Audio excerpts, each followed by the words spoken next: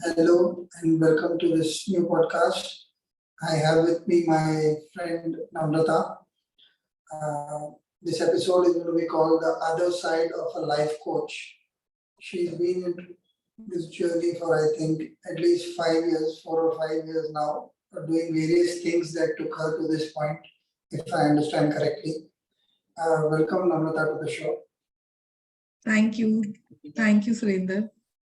Yes, and I know that you're petrified. What am I going to ask? I wish I could ease your mind and say things like I know, but I don't. But I do know there is a first question. So, if I understand correctly, life coach is somebody who helps people live their lives better by suggesting ideas, and advising them on certain do's and don'ts, which help them effectively create a better life for themselves. So, when you have to have all the answers, how do you deal with that? So actually, that's the twist. You don't need to have all the answers for the people that you're coaching. You just have to ask all the right questions. Okay. So the answers, technically, I mean, for each one of us, we know what's the best for us. It's just about taking them on that journey inwards. And which just requires, as a life coach, for you to ask the correct questions, or I wouldn't even say correct, but the appropriate, questions depending on the situation. So I don't find it as overwhelming as it technically sounds, because it's not like if you're a life coach, you are going to be guiding them, or, you're not like a crutch that Okay. they will be needing all their life or for that particular journey. Also, you're just someone who's walking into their life to hold space for them in a time wherein probably there's no one else who can, do it in a non-judgmental way. Because when we're not judged, we're able to take the best decisions for our life. So, Wonderful. yeah. Okay. So one question that comes up when there is something like a monetary transaction in a space like this, which is for want of a better term, a humanist space, I would want to call it, where you are trying to help people be more human, live with their foibles, concentrate on their strengths, or at least temporarily suspend judgment for themselves so that they can have a better view. How do you incorporate something like this, which is almost uh, otherwise tackled by religion for so many years, and bring in a monetary aspect where I have given you money, now I want results? And it doesn't work like that because there's no product per se. You have the product and you're developing, and it may not happen at the pace that I like or I don't, or you may help me ask questions which I don't like to start with. I may have known them, but I may be avoiding them. So how do you? This is a very a khichdi of sorts, which is very difficult to sort out to your satisfaction also, and to the satisfaction of people whom you are helping. I won't call them clients because I think there is a deeper connection happening. So how do you see that? So, interestingly, Mandi, I think the question that you asked me itself is sounding like a big khichdi of sorts. So I'm going to try and dissect it and handle each one of those aspects. And yeah, it was a challenge when I decided and I chose to get into this profession, because unfortunately, and now I'm coming to the energy exchange or the monetary aspect of it. Unfortunately, I feel the way we've been raised by our environment, by the society, by culture, is that there are a lot of money blocks that we all hold within us, right? And I feel that kind of also pulls you back when you want to do some noble cause. Normally, if it's a noble cause and you want to help someone, the immediate thing is like, oh, but then why are you charging? Right? Yeah. And honestly, in me reaching where I've reached, I realized that money honestly doesn't have an energy of its own. It is the energy of the person that it belongs to. Correct? So, I started realizing that if this is this is what I want to offer to the world. And of course, I would like to also have, I mean, it's very natural that on the earth plane, I have my own desires, even if you're a coach. Uh, it's perfectly fine, because if there are people who are charging you for selling curtains and for selling bed sheets and for doing all the other stuff out here, honestly, what you're doing is that you're saying that there is an X amount of money exchange that you're placing, which is for an infinite value.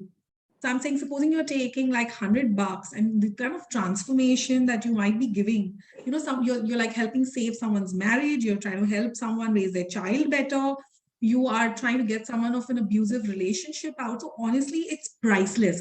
It's just that you're making the energy exchange at such a level that it becomes gratifying for me as a giver. And also, I think for the receiver to receive it with ease, a lot of times we are also not able to receive beyond a point when it comes for free. And I think we've seen that abundantly in our nature, whether it's free air and it's free this and it's free that, how much are we really valuing it? We just take it for granted. Or our parents' love, or a mother's love, or a child's love, it just comes to us so naturally that I feel, because there is there's no boundary that is set, right, in the whole effort. Sometimes it just goes out of the vessel. So it's so I feel that, for some reason, religion, spiritualism, and the monetary aspect has been sliced. Whereas to live, holistically, on in this human form, or on the earth life, and of course it depends on what path you want to choose. I think it's beautiful if people wanting to do good work are rewarded for it. Why should they not be? And it's like today, when people are doing noble causes which are maybe invisible or non-tangible, when they receive that energy, I think they can spread it so much more. I mean, which religion in the world is poor, quite frankly? Whether we talk about, the Golden Temple or Vaishno Devi or the Mecca, Medina, they all are. So I'm saying, if on earth, even if God also needs this energy to serve, then I mean, you and me are just mortals, and we are just thinking too high of ourselves, thinking that we can do this great work, or we can do this work without an exchange. And I think it's pretty. It took me a long while to come to terms with it. That yes, I deserve what I am asking for. It might be too much for someone. It might be too less for someone. But it's all internal. As long as I am, I am feeling justified in my ask, and I feel I am delivering value to it, and more than that, I'm comfortable. So yeah, so That's a good answer. Uh, One clarification I want, did you use the word rewarded? I think I did, yeah. Yeah. Okay, that was just for my understanding. I like the word rewarded because it's a little more than business. It kind of has a positive vibe to it compared to I bought a product and I gave money for it.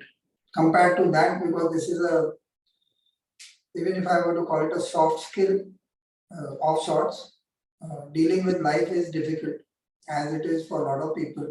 And helping them live it better, I think certainly is a noble cause. One interesting question that comes to mind, you did say I also have my desires and uh, have every right to fulfill them the way you think that you should. How do you deal with a bad day yourself when, suppose I come to you, I am your, I don't know, client, patient, whatever you want to call it, not patient really in the technical sense of the term, but somebody who needs help at that point of time. And I need you on that particular day, and I ask you, and you've given me the time, and we have a fixed appointment, and you are having a very challenging sort of day. How do you deal with keeping your health mode on while also dealing with what is going on with you? Are these two separate compartments, or how does it work? No, I would say they're not. I mean, it really depends. Of course, being in this profession, you got to manage your own energy.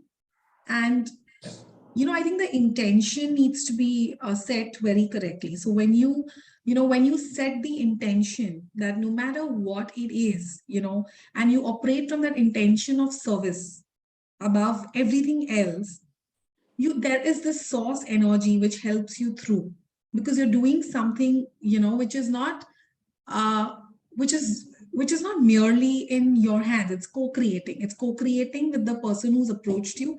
It's co-creating with the universe. It's co-creating with your own energy. So I think when we set that intention correct, and even if it's a tough day, and of course, if as a coach, if you feel your energy is really down, right? Because for any benefit to be happening, you got to be flowing. The energy got to be flowing from the coach to the coachee, from upward to downwards. Now, if as a coach your energy is really low and you take on that client, honestly, you're doing disservice.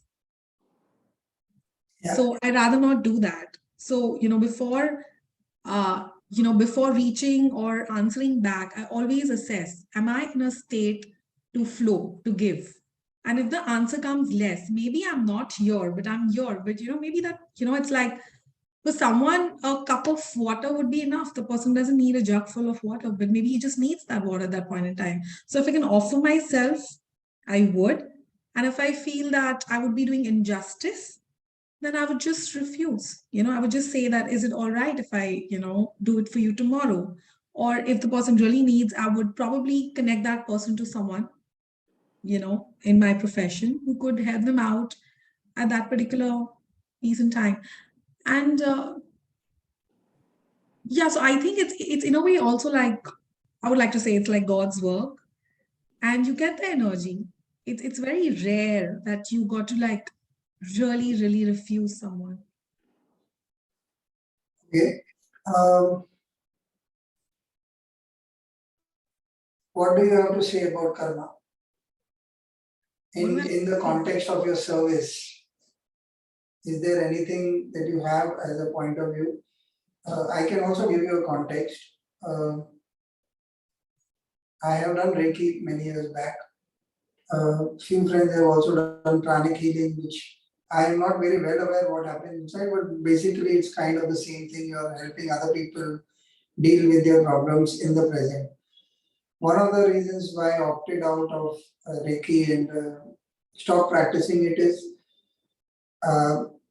as I understood the law of cause and effect more strongly, that everything that we do comes back to us in some form, and everything is an opportunity to pay back. One lovely example I had read a long time back by somebody who was a very senior meditator in what I practice was that it is like swiping a credit card. Every day you're just paying back, or else you're swiping. Either of the two is happening. You get a chance to pay back, or else you are swiping.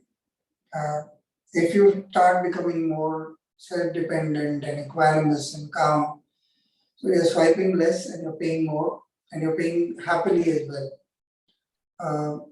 So in that context, the kind of work that you do you even see there is a parallel? I don't see a parallel right now, so I'm not kind of pointing fingers in that sense. But I'm just wanting to know, how is your point of view vis-a-vis karma, and how do you empower yourself and the others in the work that you do? So I mean, are you saying that I really don't know much about Reiki, but are you saying that when you heal someone, there's an effect, a counter effect or something? Is that what you're saying? Not the counter effect really. Okay, suppose I was good, I had done some second level Reiki, and if you had a headache and I had to cure you, I could kind of, like I was good at it. Over a period, the headache came to you because you had a late night which you shouldn't have had, or you drank something you shouldn't have had, or something that shouldn't have been done. Whatever, your nature chose you as a child who's going to have a certain kind of problem on that particular day, in that particular moment. And I came and interfered and tried to resolve it for you, is how I saw it. And I decided I would rather let you learn on your own as much as possible, because I do not understand these energies as well as I should to interfere with them. I'm not even saying they are right or wrong. I'm talking only about my aspect of it. So in your case, that doesn't apply because you're not really dealing with those energies in that sense. I just want to understand what do you think about karma and how are you placing that in the context of how you serve people. So, I feel it's very important that to know that you are not responsible, Yeah. for the change, whether it's good or it's bad.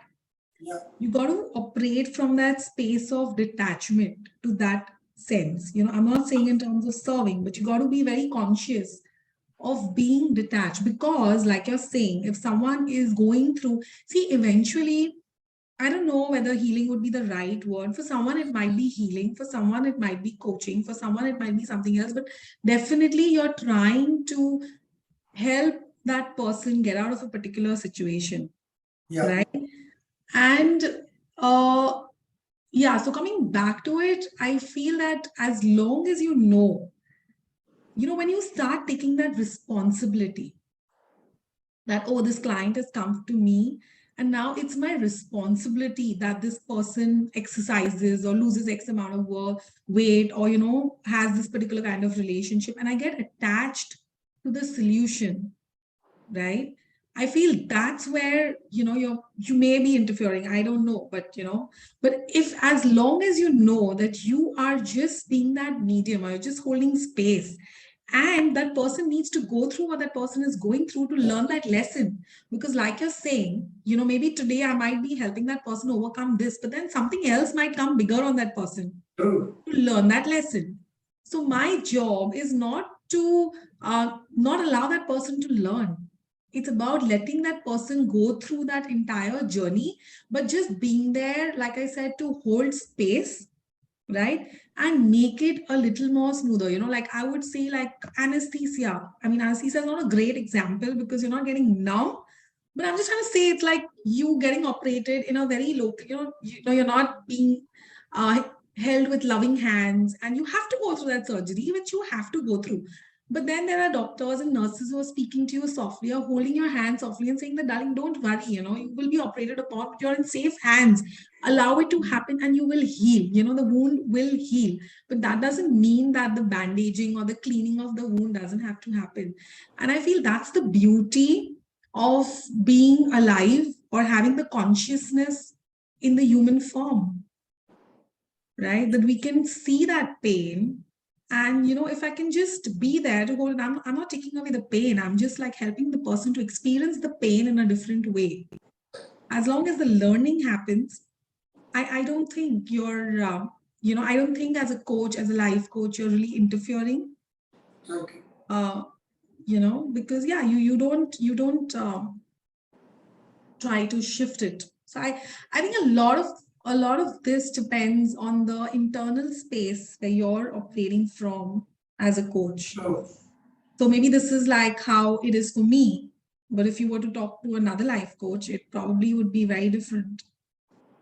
So there could be healers who might be saying that, like very typically, I think in Indian Bollywood movies and households, it's so easily said that, or mother will always be like, mere bacche ko dard mat do, mujhe de do, kind of a scene. Because we always feel that that pain has to go somewhere. So I think, again, it's a story which has been ingrained in us. So we believe that if I am healing, there has to be that effect which has to come back to me. So I think, when you get into something like this, you kind of like really work very deep within you, because there's so many limiting beliefs and so many limiting stories that you need to clear before you get into this. So yeah, this was another one. Okay. Interestingly, if I understood correctly, this also goes back to the intent part of what you mentioned in the earlier answer. If your intent is strong enough, you know that you are intending to help. So even a wrong move could turn out to be right because your intent is so strongly right. So for example, your advice at that moment, for some reason may not work, but something else will trigger within me because you are trying to help me. And I say, yeah, maybe I'll do this, and we come to a third thing altogether. Yeah, and I think it's actually, as a coach, we really refrain from advising. It's all about you finding the right answers for you. Oh. Because that's the beauty of it, right? Because then otherwise, become one more crutch. Take that 100% responsibility. Until the time we don't take that 100% responsibility for our own life, things are just going to change very temporarily. It's not going to be like a real change. Yeah. And it'll just, again, be a very outward experience for the person who's come to you. So yeah, the person might feel at times that, okay, you know, I have paid you and tell me, like, what would you do? But the whole point is, I am not you. So what I would do is very different than what you should be doing, because you know what your life journey has been. And if, you know, and so I think it's more about letting the person know that it's okay. You know, someone's holding your hand, walk in, you know, the biggest fear we have is to meet ourselves. So it's just about helping that person go inside and come up with solutions or answers that are best for that particular person. Okay. Okay, a trick question. These days I've been asking trick questions on my podcast often. Suppose you do not have the answer to what I'm asking as of right now, and you feel really limited by your experience so far, and you haven't have it in your heart to really help me out. So all of that is clear, but still you do not have the answer, because I think life smarter than all of us. Sometimes it throws questions which are quite difficult to answer.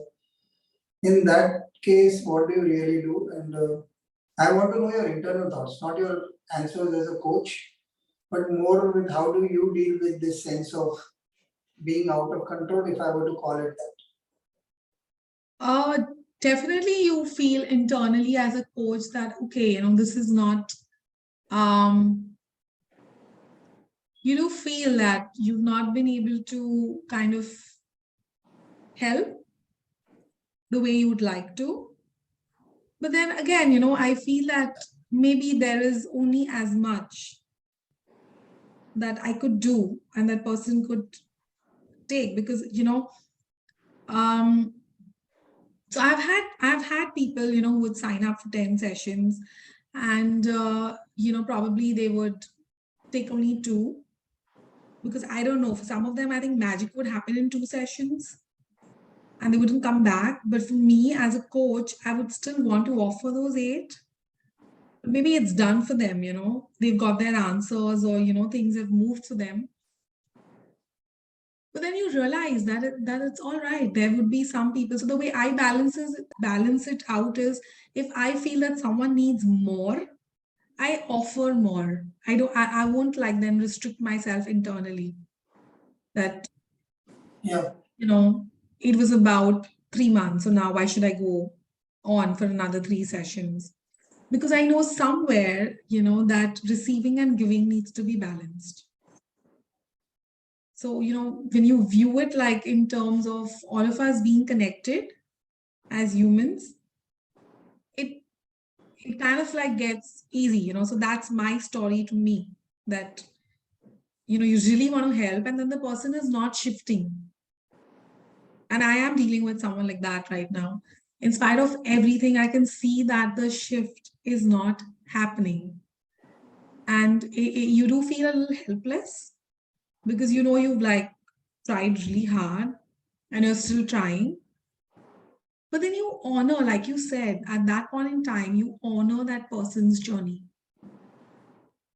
Because life is trying to teach them something, and your job is just to be there and just to listen. Yeah. That's my role at that point in time. So, you know, as coaches, we can't be thinking that, oh, I'm going to be like that miracle salt, or I'm going to be that thing to the dish, which is just going to like change it. You got to accept what you're being chosen to play and receive it with grace. So, okay.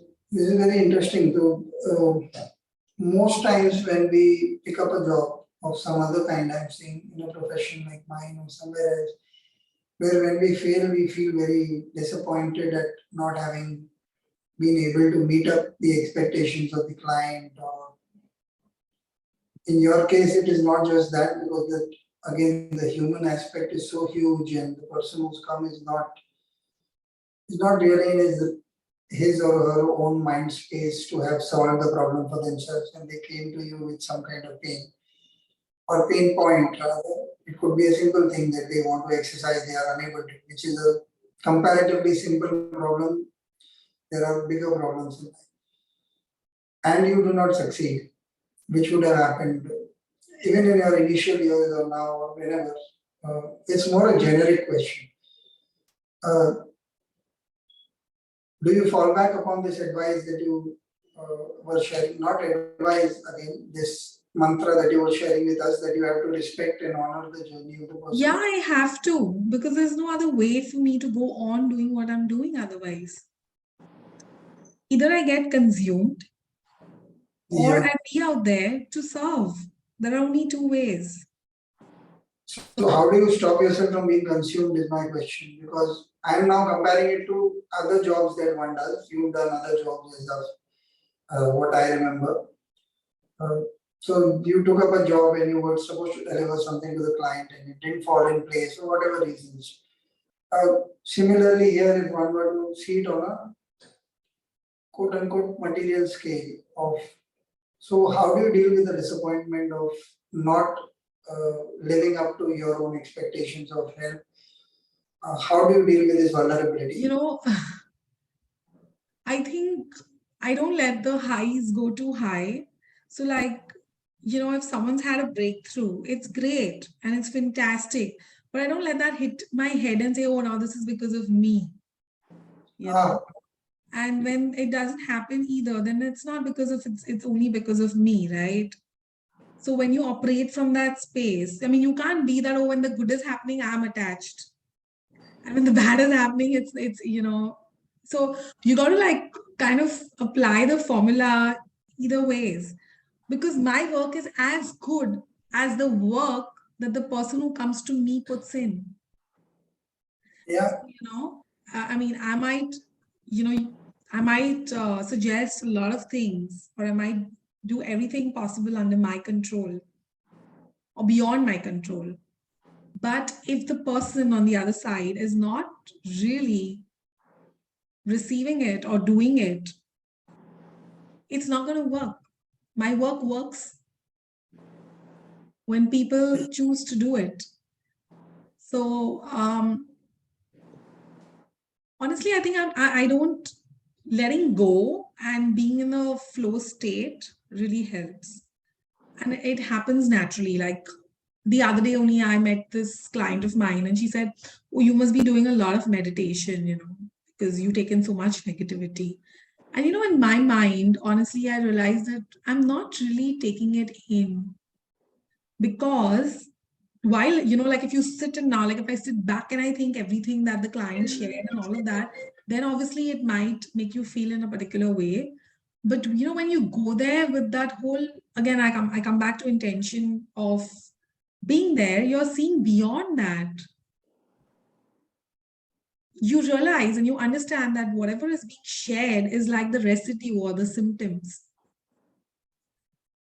There is a far more deeper thing that the person is struggling with. So then you're not seeing what the husband told the wife or the wife told the husband, or, you know, whatever else of it. And you get purified. Yeah, it's like, touch wood, at least till now, I haven't really felt suckered by it, because you got to be like a river. You got to be like a river. You just got to, as a coach, believe that you got to flow. And when you choose to flow, whoever is meant to come and take, you know, whatever nectar, water out will come. You don't have to sit and ponder. जिसको जितना चाहिए वो उतना लेके जाएगा. So, you know, you got to like, I mean, I think that's really worked for me. Okay. You're sounding wise. How did you become wise? Is my question. How do I become Because wise? this is, yeah, because what you're talking of course, is very ideal to write down on paper and put up boards to remind yourself and post-it notes on your desktop and stuff like that. It's fairly tough to do. What made you take the jump from board to action, if I were to call it that? Is there any episode that happened, or what was the conscious effort that you took to become effortless, if I were to call it that? You just got to work on yourself. And when you realize that, when you realize that you are 100% responsible for your life, no matter what happens, that kind of shifted everything for me, at least. When you realize that, you are the axis. Just blaming everyone or blaming things or blaming this or blaming that is not going to get you anywhere. And I don't know, but I think all coaches in their own ways who are, of course, there are, there are a lot of fishes that make a pond. So I don't know, there would be people doing it for different reasons or whatever. But the reason why I'm doing it, I can be doing it only the way I'm doing it. There's no other way. Because, for someone like me, and you know me like for many years, emotions, being sensitive, being absorbent, all those were my qualities, I would say. And I don't regret any of those. And today when I'm trying to help, if you look at it, I'm doing exactly like, I'm trying to be beyond it. I'm trying to work on detachment. And, I'm like working on the other end of the spectrum kind of a thing. But, when you realize that you want to be the change, you just, so it's not like idealistic or anything like that. You got to start living. You got to like start doing everything with joy. I mean, to me, it was that. Like, right now I'm sitting and chatting with you. I'm just with you. It doesn't happen all the time. Yeah. But you choose to do that, and when you start doing those little things, like having your cup of tea, just being with the tea, and when you take that 100% responsibility, I think that's where the magic starts happening. And it's all in the doing. Are you trying to say you were your first client? Yeah, yes, absolutely. I don't know, client or what, but yeah, I was my first project. Yeah. Okay. Although this was said in jest, I want to pursue this line of question further. When I said that were you your first client, one of the things that struck me, did you pay yourself? And this is something that I have given a lot of emphasis on whenever trying to help somebody over a period of many years, friends. I find we are very hard on ourselves. We put up so many barriers to what is possible, and it may be right or wrong. I'm not even saying that all of them are wrong, or I don't want to make generic statements. But one of the things that I've spoken to, say for example, once I've spoken to an army officer, who's a retired army officer, a very strict guy, very much in control. Whoever he spoke to, he spoke as if he owned the entire area. And his wife was talking to me, and I just told her, and she was also ultra smart and very strong. And I said, she finished telling her story, and I said, I think you need to be kind to yourself a little more. And she was very angry in the beginning. By the time she finished her conversation, she said, yes, I think. She came to the point. She said, yeah, maybe you're right. I'm not being kind enough. I was like, yeah, okay. There's no big deal about it. And when I said this to the man, he landed up saying, don't think I'm stupid like that. And I didn't know what to say. And he said, don't give me all those things and blah, blah, blah. And I was quiet because he was quite senior. I just felt it intuitively. And I just said it. And after he finished, and he also landed up saying the same thing, maybe you're right. I need to be kinder to myself. And I have realized that A lot of people aren't. I do not know the reason why. I haven't contemplated on this much. So when I asked you this question, did you pay yourself? Do you think this is one good?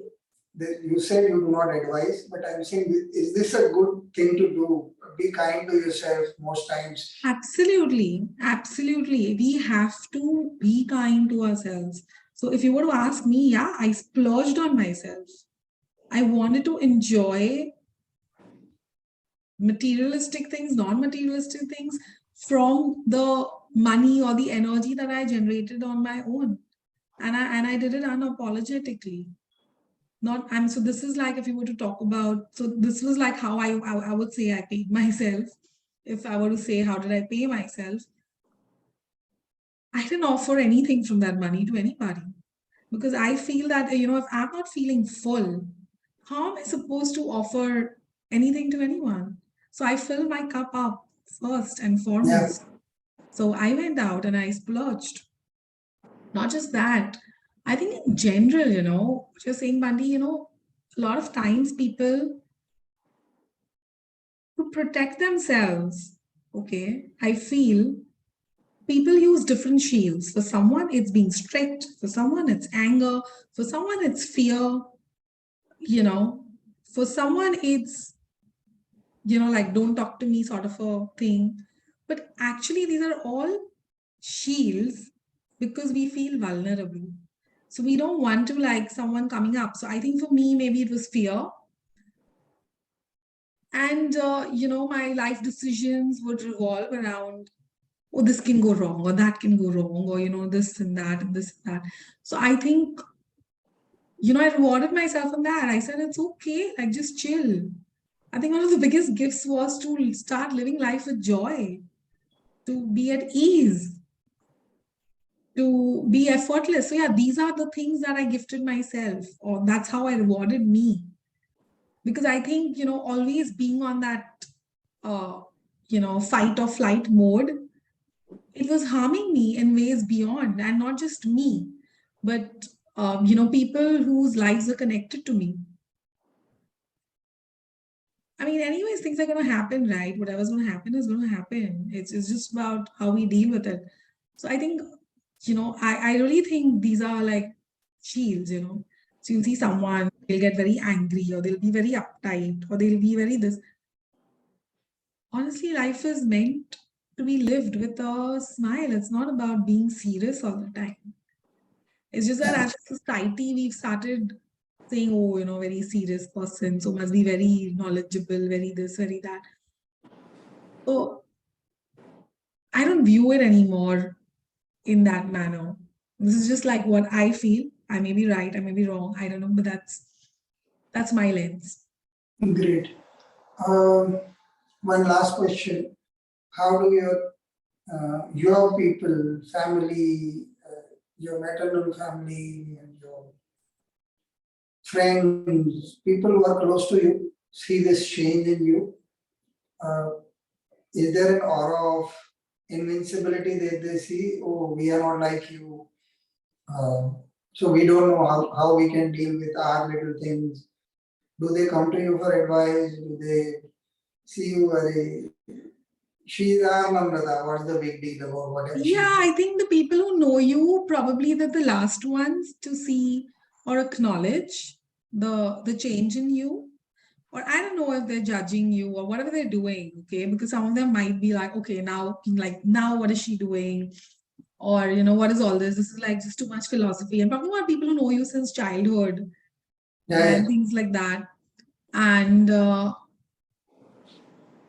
when your calling is bigger than all of this, it doesn't matter. And I think people who are not, who are not in that zone. So this really takes me to that, I don't know, there's this beautiful YouTube video by Mahatre on this dragonfly thing.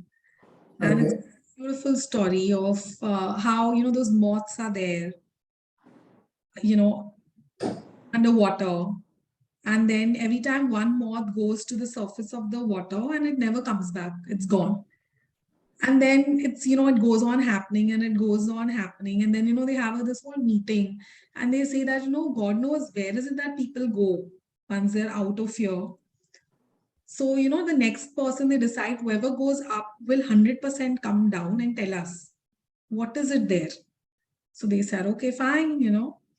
And so whatever the leader or something, and he was really very dedicated to his tribe and everything. And he said, I will surely come and tell you guys what is really happening once we go up to the surface of the water. And then when he goes there, I think some light or some magic happens and he turns into a dragonfly.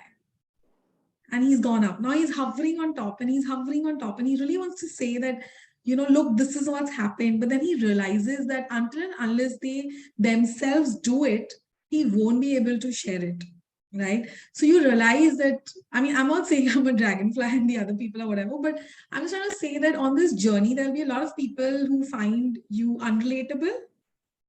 And there'll be people who value you. Like, luckily for me, I think my spouse is with me on the same page. So that makes it more beautiful for me.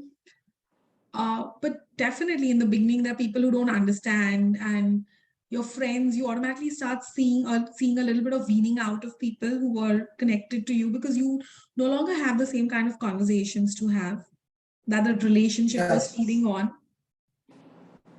You have nothing to talk about it because, you know, because there are some certain very conscious things that you have to indulge in, like no blaming, no complaining, you know. Because if I'm going to be doing that, it's going to really lower my vibration, or, you know, or my energy. So a lot of those type of relationships or friendships, they kind of start to disappear. But now you know that that's a part of the process. So I'm pretty sure a lot of them must be wondering what I'm up to and what am I doing, and they must be finding me unrelatable and things like that. But I just look at it like, if this is what my life is meant to do, this is what I'm going to do. So wonderful. This chat feels like one metamorphosis that I've been seeing. I've known you for many years, and it's delightful that you reinvented yourself. You see this as conclusive in a better manner, but I have always seen that you picked up challenges and tried to come out of it more stronger. And rightfully so, you're helping people with the same kind of challenges or different kind of challenges within the same mind space, if I were to call it that. Thank you. Please continue doing the great work, and it was a pleasure talking to you. Thank you so much. Thank you so much for having me. See you. Yeah. Thank you.